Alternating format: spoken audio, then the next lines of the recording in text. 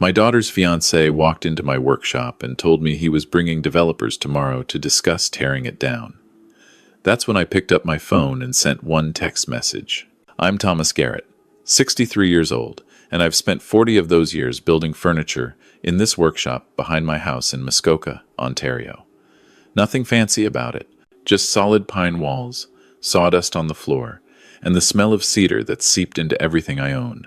My late wife Sarah and I built this place together in 1985, back when our daughter Emma was just learning to walk. The workshop sits on 2 acres near Lake Roseau. Sarah passed 6 years ago, but Emma still lives in town, works as a physiotherapist at the Bracebridge Hospital. Good girl, smart, kind, reminds me of her mother every day.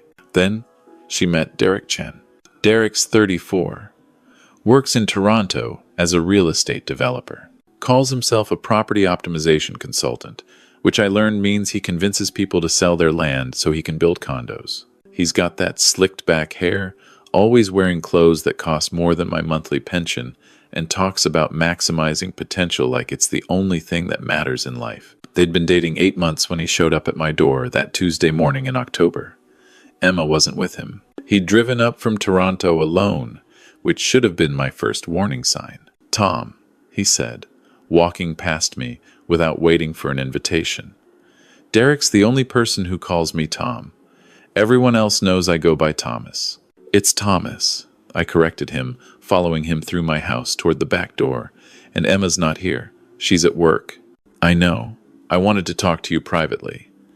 He stopped at my kitchen window, looking out at the workshop. "About this property." I poured myself coffee. Didn't offer him any. "This 2-acre lot, Thomas," he continued, turning to face me. "Do you have any idea what it's worth? Waterfront access, proximity to Muskoka tourism.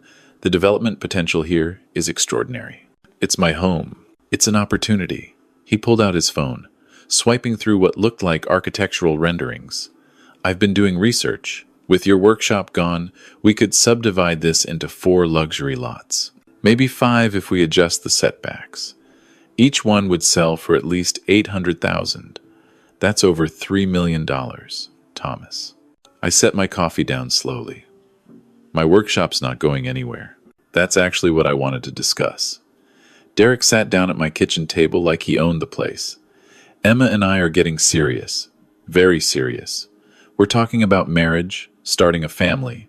But here's the thing. We need capital. Toronto real estate is insane. And if we're going to give our children the life they deserve, we need to make smart financial decisions now." "That's nice," I said. "What's it got to do with my workshop? Emma's your only heir, correct? When you pass, all of this becomes hers anyway. So really, we're just talking about timeline. Why wait until you're gone when we could develop this property now, and you could enjoy the proceeds? We could set you up in a nice condo in Bracebridge. Maintenance-free living. No more worrying about property taxes or upkeep." I stared at him for a long moment. "You want me to tear down the workshop my wife and I built? The place where I've worked for 40 years? So you can build condos?" "I want us all to be practical about assets," Derek said, completely missing the edge in my voice. "That workshop, with all due respect, it's just a hobby space now. You're retired. You don't even take commissions anymore. It's not generating income. It's costing you money in insurance and maintenance. I still work in there every day." "Making what? Birdhouses?" "Come on, Thomas. Be honest with yourself. Those days are behind you. Emma's worried about you, actually. She thinks you're isolated out here, spending too much time alone in that shed. A condo in town would be better for your social health. You'd be around people your own age." I picked up my coffee cup just to have something to do with my hands. "Here's what's going to happen," Derek said, standing up. "I've already contacted 3 development firms. I'm bringing them here tomorrow at 10 a.m. for a site evaluation. We're going to get real numbers on what this property's worth. Then we sit down, the 3 of us, Emma included, and we make an adult decision about the family's financial future. You're bringing developers to my property for an evaluation." "Yes. And you didn't think to ask me first." Derek smiled. That patient smile people use when they think you're being difficult. "Thomas, I'm trying to help you. I know change is hard, especially at your age. But Emma and we're thinking long term. We're thinking about what's best for everyone, including you. Get out of my house. I'm sorry? You heard me. Get out. And those developers? They show up tomorrow. I'm calling the OPP for trespassing. Derek's smile didn't fade. I think you should talk to Emma before you make any rash decisions. She's very supportive of this plan, by the way. We discussed it last night. That stopped me cold. Emma knows about this? Of course. She's my partner. We make decisions together. He headed for the door, then turned back. Think about it, Thomas. Really think about it. This isn't about sentiment. It's about securing Emma's future. Your grandchildren's future. That workshop isn't a legacy. It's just an old building. What matters is family, and family needs to make smart choices together. He left. I stood in my kitchen for a long time after his car disappeared down the driveway. Then I walked out to the workshop. The space smelled like it always did, sawdust and varnish, and that particular scent of aged pine. My workbench sat against the far wall, scarred from decades of use. Tools hung on pegboards, each one in its place. In the corner, a rocking chair I'd been working on for Emma's future baby, whenever that happened. I'd carved butterflies into the arms because Emma loved butterflies as a kid. I picked up my phone, scrolled through my contacts until I found the group chat. 32 names. I'd created it 5 years ago, mostly to share photos and keep in touch. Most of them I hadn't heard from in months. I typed one message. Need all of you here tomorrow, 10 a.m. My workshop, important. Then I sat down at my workbench and waited. The replies started coming in within minutes. On my way. Count me in. Wouldn't miss it. Flying in from Vancouver tonight. Be there. By evening, all 32 had responded. Not one of them asked why. They just said they'd be there. That night, Emma called. Dad? Derek said you two had a disagreement. That's one way to put it. He's just trying to help. He thinks you're lonely out there. Emma, I said carefully. Did you tell him you wanted me to tear down the workshop? Silence on the other end. Not exactly, she finally said. He asked if I thought you might be happier in town, and I said maybe it would be easier for you, less maintenance and everything. But I never said anything about development or selling the property. That's all Derek's idea. He said you discussed it last night, that you were supportive. We talked about maybe, eventually, after many years, whether the property might be too much for you to handle alone. That's it. I didn't know he was going to show up there and start making plans. I felt something loosen in my chest. So you don't want me to sell? God, no, Dad. That workshop, that's Mom's legacy too. That's where you made my crib, my first desk, all the furniture in my apartment. I would never want you to tear that down. Derek's bringing developers here tomorrow at 10. He's what? Her voice went sharp. Without even discussing it with you properly? Says it's just an evaluation. I'm coming up tomorrow morning. This has gone too far. After we hung up, I walked back out to the workshop. Ran my hand along the workbench, where Sarah and I had stood together so many times. She'd help me sand, hold pieces steady while I cut, and we'd talk about everything and nothing while sawdust drifted through the afternoon light. Derek thought this was just an old building. He had no idea what he was actually looking at. The next morning, I was up before dawn, made coffee, stood on my back porch, watching the sun come up over the lake. Fall colors were at their peak, reds and golds blazing across the hillside. Sarah always loved October. Cars started arriving around 9:30. First was Michael Chen, no relation to Derek, despite the shared last name. Michael was 40 now, owned 3 restaurants in Toronto. He'd been 15 when he started coming to my workshop, a kid whose parents worked 16-hour days and didn't have time for him. I taught him how to use a hand plane, how to read wood grain, how to measure twice and cut once. Thomas, he said, getting out of a Tesla, got your message. Thanks for coming. Wouldn't be anywhere else. Then came Sarah Okonkwo. She'd been 12 when I first met her, a foster kid bouncing between homes. Spent 3 years coming to my workshop after school. Now she was 32, a civil engineer, wearing a suit that probably cost more than Derek's. Mr. Garrett, she said, hugging me. What's going on? Someone's trying to take the workshop. Her face hardened. Not happening. They kept coming. David Tremblay, who'd been a troubled teenager when his school counselor asked if I could mentor him. Now he was chief of surgery at Toronto General. Jennifer Kim, who'd shown up at my door at 16, pregnant and terrified, asking if she could hide in my workshop for a few hours. I'd let her stay, taught her to make a jewelry box, helped her figure out her next steps. She was 38 now, ran a women's shelter in Ottawa. Marcus Williams, who'd been homeless at 19 when we met at a community center. He'd lived in my workshop loft for 8 months while getting back on his feet. Now he owned a construction company with 47 employees. By 9:45, 32 cars lined my driveway and the road. 32 people who'd spent time in my workshop over the years. Some I'd mentored for months, some for years. All of them I'd taught the same things: patience, precision, respect for materials, and for yourself. They stood in my backyard, talking quietly, waiting. Emma arrived at 9:50, saw the crowd, and stopped. "Dad, what is all this?" "These are my apprentices." "All of them?" "There's more who couldn't make it on short notice." Derek pulled up at exactly 10 o'clock, followed by 2 SUVs. 3 men in suits got out, carrying tablets and briefcases. Derek saw the crowd, and his smile faltered for just a second before he recovered. "Thomas," he called out. "Quite the gathering. Having a party?" "Something like that." He walked over, the developers trailing behind him. "These are the gentlemen I mentioned. Mark Sullivan from Summit Developments, James Park from Park Properties, and Robert Chen from Chen Development Group." I noticed Robert Chen glance at Michael Chen. Did a double take, but said nothing. "Gentlemen," Derek continued, gesturing toward the workshop, "as you can see, we're looking at a prime development opportunity. The existing structure would need to come down, obviously, but the location is exceptional. Waterfront access, growing tourism market, limited inventory in the area. Before you go any further," I said, "I'd like to introduce you to some people." Derek looked annoyed. "Thomas, these men are very busy.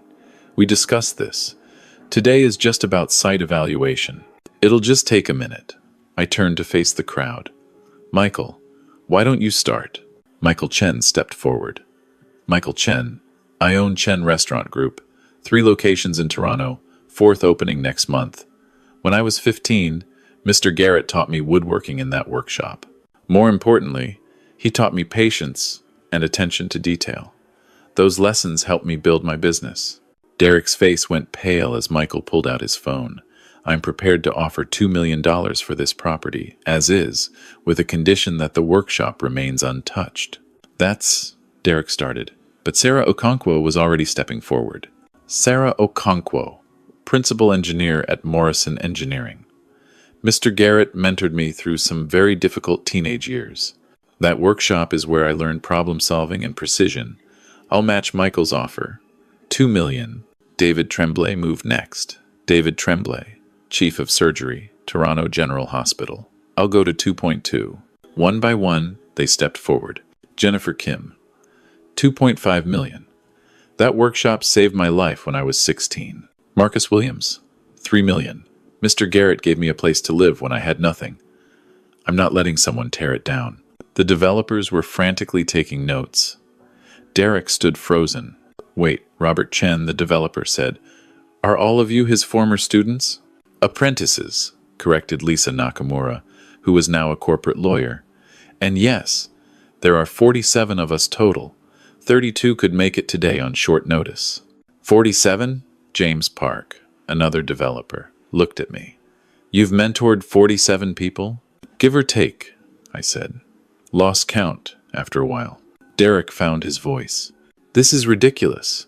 You can't all just outbid each other. Thomas, be reasonable. My plan makes financial sense." "Your plan," said Emma, and I hadn't even noticed her walk up to stand beside me, "was made without asking my father, on property you don't own, assuming you had any right to make decisions about his life." "Emma, sweetheart, I was thinking about our future." "Our future?"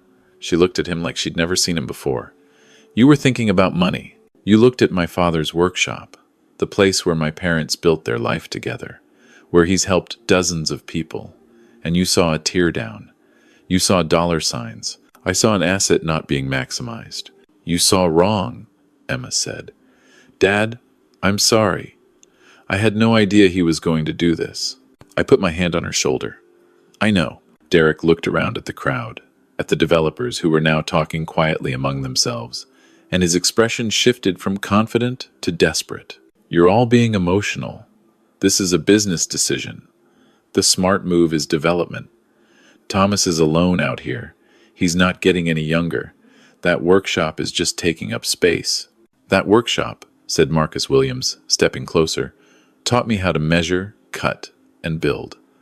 Now my company does $15 million a year in commercial construction. That space you want to tear down gave me everything. I learned to solve complex engineering problems at that workbench, Sarah Okonkwo added. The patience Mr. Garrett taught me, the attention to detail, that's what made me successful. I learned I was worth something, said Jennifer Kim quietly. When I was 16 and pregnant and everyone else had written me off, Mr. Garrett let me sit in that workshop and taught me that I could make something beautiful with my own hands. Do you understand what that meant to a scared kid who thought her life was over? Derek's jaw worked, but no sound came out. Mark Sullivan, the developer from Summit, cleared his throat. Mr. Garrett, I have to ask, what's your actual position here? Are you considering any of these offers? Not interested in selling, I said. Wasn't yesterday, not today, won't be tomorrow. Then why did we come out here? James Park asked, looking at Derek. Because Mr. Chen here called us and said the owner was ready to discuss development, Sullivan replied. He presented it as a done deal, just needed evaluation numbers. Robert Chen, the third developer, was looking at Derek with something like disgust. You lied about having owner consent? I didn't lie, Derek said quickly. I said I was discussing options with the owner. I never claimed he'd agreed. You implied it, Sullivan said coldly. You wasted our time. We're done here. He turned to me. Mr. Garrett, apologies for the intrusion. Beautiful property. I hope you enjoy it for many more years. The three developers walked back to their vehicles and left. Derek stood in my backyard, surrounded by 32 people who were all staring at him with varying degrees of disapproval. Emma, he said finally, can we talk privately? No, she said. I think we're done talking. You're breaking up with me over this? I'm breaking up with you because you tried to manipulate my father. Because you looked at something meaningful and saw only money. Because you made plans for someone else's life without their permission and thought that was okay. I was trying to help. You were trying to get what you wanted. There's a difference. Emma took off the ring he'd given her 3 months ago and handed it back. I think you should go. Derek looked at the ring, then at Emma, then at me. For a second, I thought he might say something else. Then he just walked to his car. We watched him drive away. The 32 people in my yard stood quietly for a moment. Then Michael Chen said, So, since we're all here, anyone want to see what Mr. Garrett's working on? That broke the tension. They laughed, and we all headed into the workshop. I showed them the rocking chair I was making for Emma's future baby. The dining table I'd been slowly crafting for a young couple in Gravenhurst. The chess set I was carving for myself because I had time. They admired the work, touched the wood, and told stories about their time here. David Tremblay remembered learning to make a jewelry box for his mother. Lisa Nakamura talked about building a bookshelf while trying to decide whether to go to law school. Marcus Williams ran his hand along the workbench and said, This is where I learned I was good at something. Sarah Okonkwo found the pegboard where I keep tools and laughed. Everything's still in the same place. You're still labeling them. Some things don't need to change, I said. We stood there, 33 of us, in the workshop that Derek had called just an old building. The space where 47 people over 40 years had learned to measure, cut, sand, and build. Where they'd learned patience and precision and that making something with your own hands means something. Mr. Garrett, Jennifer Kim said, I never properly thanked you for letting me stay here when I needed a place, for not judging me, for teaching me that I was capable. You were always capable, I said. You just needed time to see it. That's what I mean. You gave me that time. Emma was crying quietly. I put my arm around her. I'm sorry about Derek, she said. I should have seen this coming. Not your fault. I thought he was good. I thought he cared about what mattered. You'll find better, I told her. Someone who sees what's valuable even when it doesn't have a price tag. Michael Chen raised his coffee cup to Thomas Garrett, the man who taught us that some things are worth more than money. To Mr. Garrett, they echoed. Later, after they'd all left, Emma and I sat on the back porch watching the sunset. The workshop stood solid behind us, pine walls glowing amber in the evening light. You know, Emma said, Derek really thought he was being smart. He looked at this place and did the math and saw a good investment. But he couldn't see what it actually was. What's that? A place where people learned they mattered, where they learned their hands could make things, that they had value. That's not something you can develop or optimize or put a price on. Your mother understood that, I said. She always said the workshop wasn't about furniture. It was about showing people they were worth the time. I miss her. Me too. We sat there as the light faded and the lake went dark. Somewhere in the workshop, I'd left a light on, and it glowed warm through the windows. 40 years of sawdust and patience and teaching. 47 people who'd learned something about themselves at that workbench. Derek had called it an old building taking up space. He'd done the math on land value and development potential and saw dollar signs. But he'd missed the only number that actually mattered. 47. 47 people who showed up when I sent one text. Who drove from Toronto and Ottawa and Vancouver on a Wednesday morning because I asked. Who stood in my yard and told a stranger that the workshop he wanted to tear down had taught them everything important they knew. Derek thought family was about blood, and that value was about money. He'd spent 8 months with Emma, planning their future, and never once asked about her past. Never asked why that workshop mattered. Never thought that maybe, just maybe, some things are worth keeping exactly as they are. I picked up my phone, looked at the group chat. 32 responses. All of them saying they'd be here. That's not sentiment. That's not nostalgia. That's legacy. And you can't develop that.